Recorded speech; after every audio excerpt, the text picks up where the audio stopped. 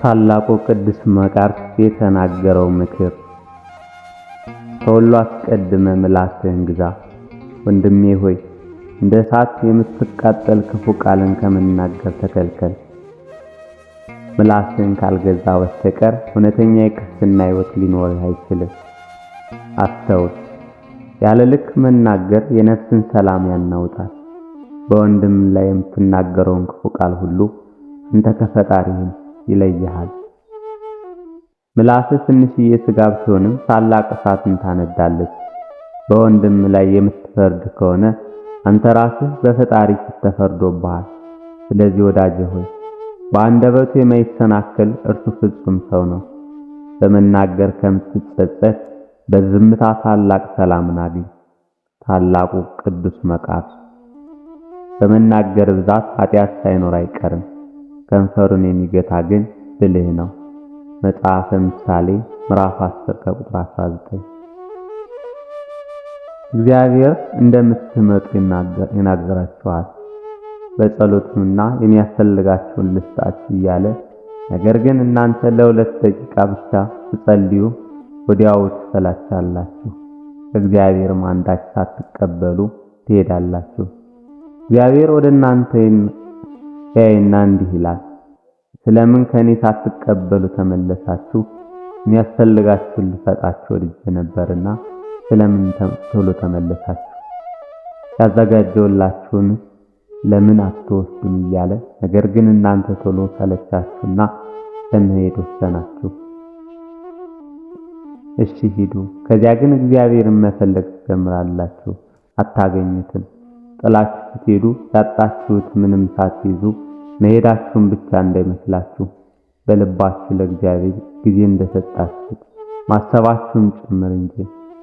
ወዲያውም ከመንፈሳዊ የስኬት ድርጅቶች ውስጥ መጸለያችሁን ትጽፋላችሁ። ይህ ግን ጸሎት አይደለም። ከእግዚአብሔር ከቶ ምን አገኛችሁ? እግዚአብሔርን አጥብቃችሁ ልትይዙ ይገባል። አጥብቃችሁ መቼም ቢሆን ካንተ አንለይም፣ መለየት ማንፈልግም ማለት አለባችሁ። ስለዚህ እኮ ነው ለጸሎት ትዕግስት የሚያስፈልገው። ያለ ትዕግስት ከእግዚአብሔር አንዳች እንኳን ልትቀበሉ አትችሉም። በጸሎታችሁ ትዕግስተኛ ልትሆኑ ይገባችኋል። እግዚአብሔርን ንገሩት፣ ከእግርህ በታች እንደሆንኩ እቆያለሁ፣ በረከትንም ሳትሰጠኝ አልነቃነቅም።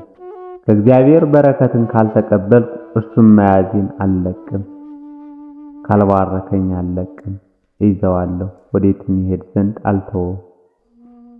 እንግዲህ ይህ ነው በጸሎት ውስጥ ያለው ትግል። ሰዎች ጸሎት እንዴት እንደሚጸለይ አልተማሩም። እነርሱ የሚያስቡት ጸሎት ማለት ጥቂት ቃላትን መናገር ይመስላቸዋል። ነገር ግን አይደለም። ጸሎትን አዘውትሩ፣ ከእግዚአብሔርም አንዳች እስክትቀበሉ ድረስ ታገሉ። አንዳች እንኳን ካልወሰዳችሁ ሳትቀበሉ የትም እንደማትሄዱ ንገሩት። ጸሎቴን አልገታም በሉት። እንደተጻፈ አንተ ሩሩ መሐሪ አምላክ ነህ፣ የለመነውን ሁሉ የምትሰጥ ነህና እንግዲህ እኔም ለምንሃለሁ፣ እስከምትሰጠኝ ድረስ ወዴትም አልሄድም። በጸሎታችሁ ከእግዚአብሔር ጋር ታገሉ። ያን ጊዜ ታሰርፋላችሁ፣ በፍቅር ትሞላላችሁ። በጸሎታችሁም ብርቱ ትሆናላችሁ። ከንቱ ነገርንም መደጋገም ትተዋላችሁ። እንዲያውም ልባችሁን በእግዚአብሔር ትዘረጋላችሁ። የሳሙኤል እናት ሐና በጸሎቷ ጊዜ ታለቅስ ነበር። በልቧም ልጅ እንደምታገኝ ቃል ሳይገባላት ከቤተ መቅደሱ ላለመውጣት ወስና ነበር። ንጉሥ ዳዊት ከእግዚአብሔር በረከት እስኪቀበል ድረስ ጸሎቱን አላቋረጠም። በመጀመሪያ ጌታ ሆይ አስጨናቂዎቹ ምንኛ በዙ በማለት ጸለየ። ቀጥሎም እንዲህ አለ፣ እናንተ ክፉ አድራጊዎች ከኔ ራቁ፣ እግዚአብሔር ጸሎቴን ሰምቶኛልና። ጌታዬ የልመናዬን ድምፅ አድምጧልና፣ ጌታ ጸሎቴን ሰምቷልና። ኑ ወደ እግዚአብሔር ተመለሱ። ብፁዕ አቡነ ሽኖዳ ሳልሳይ እንደጻፉት። ተግሳጽ ዘቅዱስ ኤፍሬም። ሕይወትህን በአግባቡ መምራት ትፈልጋለህን? እንግዲያውስ ትሕትናን ተለማመድ። ያለ ትሕትና ተገቢውን ሕይወት መምራት አይቻልም። ሥራን ሁሉ በመድኃኒታችን በኢየሱስ ክርስቶስ ስም ጀምር። ያን ጊዜ ፍሬዎችህ ወደ መንግሥተ ሰማያት ይደርሳሉ። ሰው ከትሕትና ከራቀ ከትክክለኛው መንገድ ርቋል ማለት ነው። እግዚአብሔርን የተወ ሰው ርኩስ መንፈስ እንደ ሳውል ያስጨንቀዋል። የጠላት ወጥመድ በማር የተቀባ ነው።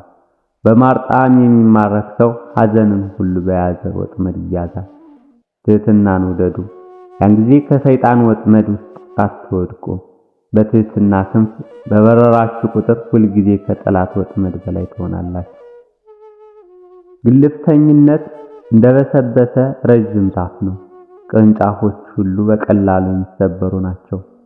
አንድ ሰው በወጣባቸው ጊዜ ከወጣበት ከፍታ ወዲያውኑ ይወድቃል። በመልካም ሐሳብ ልቦናው የበራ ሰው ግን ምስጉን ነው፣ ክብሩም ታላቅና ዘላለማዊ ነው። እንግዲህ ራሳችንን ለመቆጣጠር እንጣር። ያን ጊዜ ኃጢአታችንን እንረዳለን። ያን ጊዜም ሁልጊዜ ራሳችንን ዝቅ እናደርጋለን። እንደ እባብ በእብር መወጠርንና ራሳችንን ከፍ ከፍ ከማድረግ እንቆጠባለን። እንግዲህ ራሳችንን ዝቅ ማድረግ እንውደድ። በንጹህ ልቦና ሆነን ምናልባት የተሰጠንን የእግዚአብሔርን ቤተ መቅደስ በኃጢአት ከማቆሸሽ እንታደግ ይሆናል።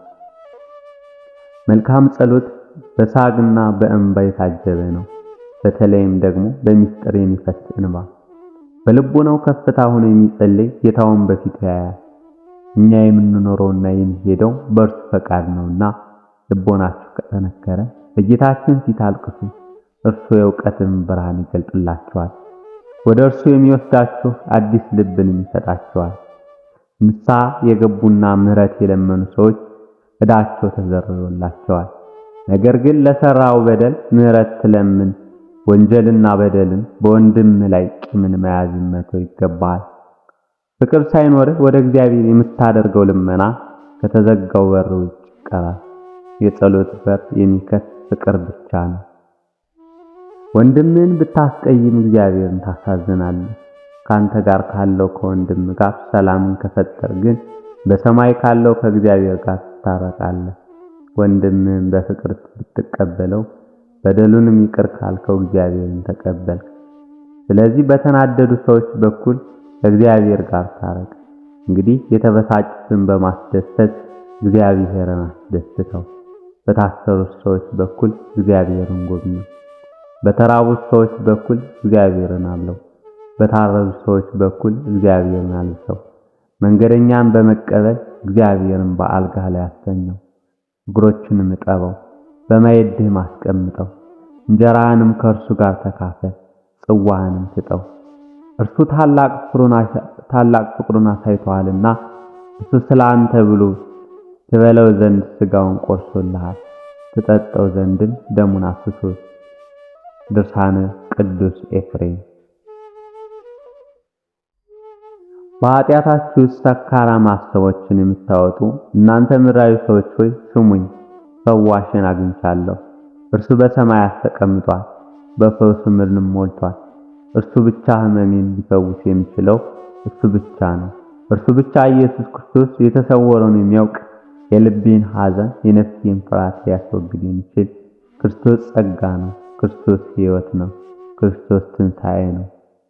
ቅዱስ አምብሮስ ዘሚላስ